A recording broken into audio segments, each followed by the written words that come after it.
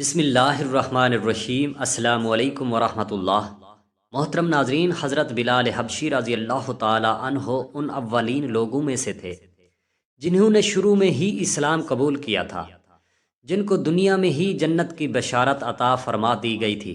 حضرت بلال رضی اللہ تعالی عنہ مکہ میں پیدا ہوئے، جبکہ بنیادی طور پر آپ کا تعلق آبی سینا سے تھا، جسے آج کل ایتھوپیا کے نام سے بھی جانا جاتا ہے۔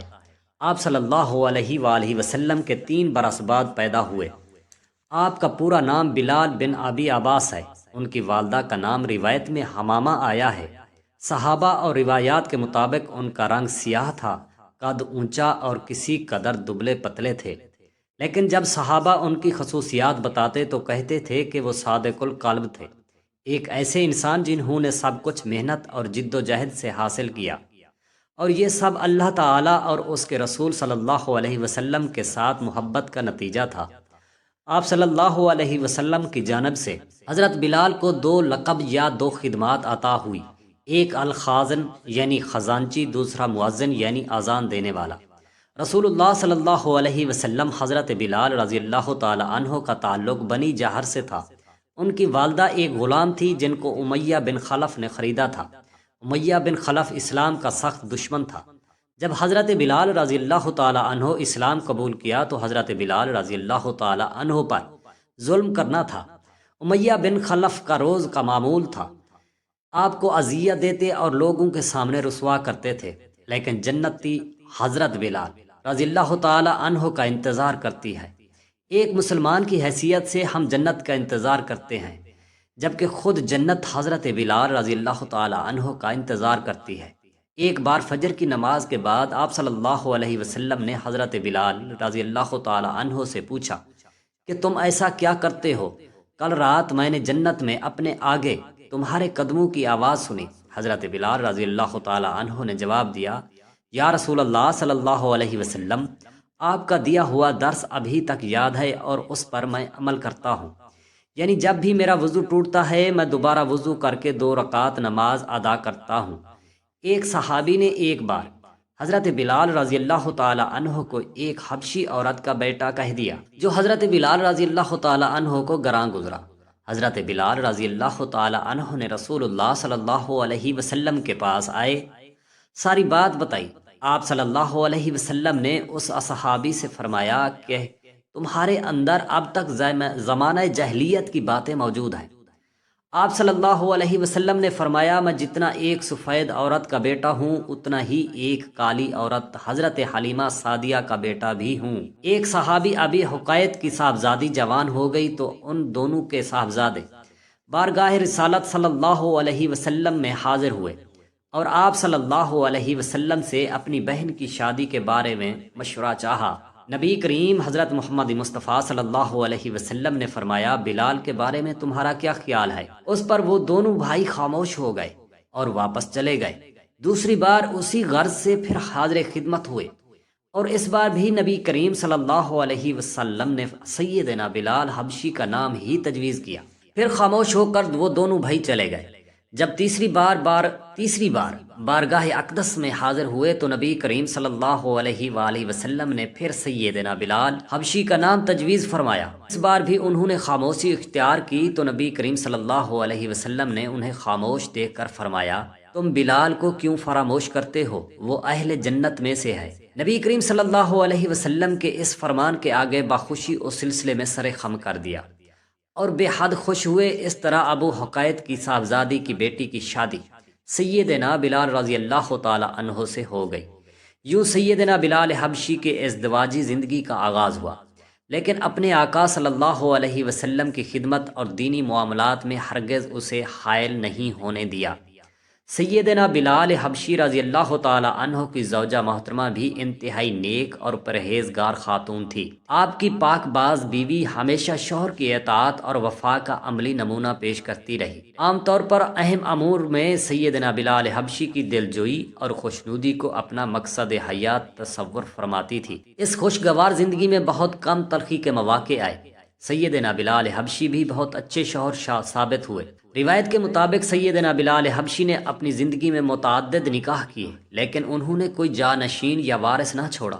اسلام نے نسلی امتیاز کا بت یوں توڑا کہ سیدنا بلال حبشی نے مدینہ طیبہ میں نکاح کا ارادہ ظاہر فرمایا تو قریش کے منتخب عمرہ نے انہیں دامادی میں قبول کرنے کی خواہش کا اظہار کیا۔ سیدنا بلال حبشی رضی اللہ تعالی عنہ رسول اللہ صلی اللہ علیہ وسلم کے حکم پر مدینہ طیبہ کے کسی محتاج کی تلاش میں تھے کہ کچھ مال عطا کریں۔ اسی دوران آپ کو آپ کا بھائی آتا دکھائی دیا جو یمن سے آپ کو ملنے کے لیے آ رہا تھا۔ جب آپ کے قریب پہنچا تو کہا، تم کہاں سے آ رہے ہو؟ سیدنا بلال کے بھائی نے جواب دیا، میں یمن سے آ رہا ہوں، رشتے کی تلاش میں ہوں، کہیں میرا نکاح ہو جائے، کیا کوئی بات بنی؟ سیدنا بلال رضی اللہ تعالی عنہ نے پوچھا، لوگ کہتے ہیں تو عربی ہے اور چاہتا ہے کہ یمن میں رشتہ ہو جائے، لیکن جب مجھ سے پوچھا تمہارا تعلق کس قبیلے سے ہے، تمہارا حسب نسب کیا ہے، تو میں نے صحیح صورتحال بتا دی کہ میں حبشی ہوں، مکہ میں پیدا ہوا ہوں، بلال کا بھائی ہوں۔ یمنیوں نے جب آپ کا نام سنا تو کہا، بلال کو بلا لاؤ، اگر وہ تمہارے لیے فرما دیں تو ہم تمہیں رشتہ دینے کو تیار ہیں، اس لیے میں اتنا طویل سفر طے کر کے حاضر ہوا ہوں۔ سیدنا بلال حبشی نبی کریم صلی اللہ علیہ وسلم سے اجازت لے کر اپنے بھائی کے ساتھ یمن روانہ ہو گئے۔ دونوں بھائی سفر کی رات کے وقت یمن میں پہنچے۔ صبح ہوتے ہی آپ اپنے بھائی کو لے کر اس در تشریف لے گئے جہاں رشتہ مطلوب تھا۔ انہوں نے آپ سے آپ کے بھائی کے متعلق پوچھا تو حضرت سیدنا بلال حبشی رضی اللہ تعالی عنہ نے فرمایا، یہ میرا بھائی ہے، نہ آداب سے اچھا ہے نہ دین میں صحیح ہے، چاہو تو اسے رشتہ دے دو، چاہے تو انکار کر دو۔ یہ کہہ کر حضرت بلال رضی اللہ تعالی عنہ نے مسجد کا رخ کیا۔ ابھی اذان نہیں ہوئی تھی کہ اتنے میں ہاتف نے ندا دی، تم خود نکاح کیوں نہیں کرتے؟ تو تمہیں کس چیز نے روک رکھا ہے؟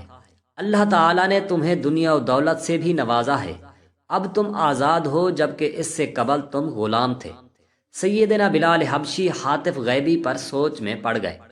آخر فیصلہ کیا کہ ضرور نکاح کرنا چاہیے۔ نماز سے فراغت کے بعد احباب سے مشورہ کیا کہ کس سے رشتہ لیا جائے۔ طے پایا کہ آپ کا رشتہ ہند الکولانی سے موضوع ہے۔ آپ ہند الکولانی کے رشتہ داروں کے پاس تشریف لے گئے اور فرمایا، میں بلال ہوں، رسول اللہ صلی اللہ علیہ وسلم کا صحابی ہوں۔ میں حبشی غلام تھا، گمراہی میں مبتلا تھا، اللہ نے مجھے ہدایت بخشی اور اللہ نے آزادی بخشی ہے، رشتہ دو تو الحمدللہ، ورنہ اللہ کافی ہے۔ آل ہند نے عرض کیا، آپ ہمیں مہلت دیں تاکہ رسول اللہ صلی اللہ علیہ وسلم سے عرض کریں۔ سیدنا بلال حبشی مدینہ طیبہ پہنچ گئے۔ کچھ عرصے کے بعد یمنی بھی مدینہ طیبہ میں آ گئے اور مسجد نبوی صلی اللہ علیہ وسلم میں آ کر بارگاہ رسالت صلی اللہ علیہ وسلم سے عرض کیا کہ ہم یمنی ہیں، آپ صلی اللہ علیہ وسلم سے سیدنا بلال حبشی کے رشتے کے متعلق پوچھنے آئے ہیں، کیونکہ سید بلال حبشی کا خیال ہے کہ وہ ہماری بہن ہند سے نکاح کریں۔ ہم نے ان سے مہلت مانگی ہے تاکہ آپ صلی اللہ علیہ وسلم سے مشورہ کر لیں اور آپ کی کیا رائے ہے۔ رسول اللہ صلی اللہ علیہ وسلم نے فرمایا، تم کہاں، بلال کہاں؟ تم کیا سمجھ رہے ہو؟ میرا بلال تو بہشتی ہے۔ اب ہند الخولانی کے رشتہ داروں کی آنکھ کھلی کہ سیدنا بلال حبشی رضی اللہ تعالی عنہ تو بڑی شخصیت کے مالک ہیں، ان کے ساتھ رسول اللہ صلی اللہ علیہ وسلم کا کتنا پیار ہے، اس لیے نکاح کی ٹھان لی، فوراً ہند کا رشتہ بلال کے ساتھ کر دیا۔ ہند الکولانی سے نکاح کے بعد بہتر ماحول رہا، لیکن ایک دن کچھ ناگوار بات ہند الکولانی سے صادر ہو گئی۔ سیدنا بلال حبشی رضی اللہ تعالی عنہ نے آپ صلی اللہ علیہ وسلم کی کوئی حدیث بیان فرمائی تو ہند الکولانی نے تصدیق کی بجائے تکذیب کر ڈالی۔ سیدنا بلال سن کر آگ بگولا ہو گئے اور غضبناک ہو کر گھر سے باہر نکل پڑے۔ راستے میں رسول اللہ صلی اللہ علیہ وسلم کی سیدنا بلال حبشی سے ملاقات ہو گئی۔ سیدنا بلال حبشی کے طور بدلے دیکھ کر نبی کریم صلی اللہ علیہ وسلم نے فرمایا، بلال خیریت تو ہے؟ بلال نے عرض کیا، یا رسول اللہ صلی اللہ علیہ وسلم، میری زوجہ نے کہا آپ کی حدیث کی تکذیب کی ہے۔ رسول اللہ صلی اللہ علیہ وسلم سیدھے ہند الخولانی کے ہاں تشریف لے گئے۔ فرمایا، بلال گھر پر ہے؟ ہند الخولانی نے عرض کیا، نہیں۔ آپ نے فرمایا، تم نے میرے بلال کو ناراض کیا ہوگا۔ ہند الخولانی نے عرض کیا، نہیں۔ آپ نے فرمایا، تم نے میرے بلال کو ناراض کیا ہوگا۔ بلال کی بیوی ہند نے عرض کیا، نہیں، وہ مجھ سے بہت پیار کرتے ہیں۔ آپ صلی اللہ علیہ وسلم فرمائیں، کیا انہوں نے میری کوئی شکایت کی ہے؟ رسول اللہ صلی اللہ علیہ وسلم نے فرمایا، ہاں شکایت کی ہے، لیکن وہ حق پر ہے اور تو غلطی پر ہے۔ آئندہ سے خیال کرنا، میرے بلال کو کسی وقت نہیں ناراض نہ کرنا۔ اس کے بعد سیدنا بلال حبشی کو واپس آئے تو ہند الکولانی نے معذرت کر لی اور اپنی غلطی کا اعتراف کیا۔ پھر کبھی بھی کوئی آپس میں اختلافات نہ ہوا۔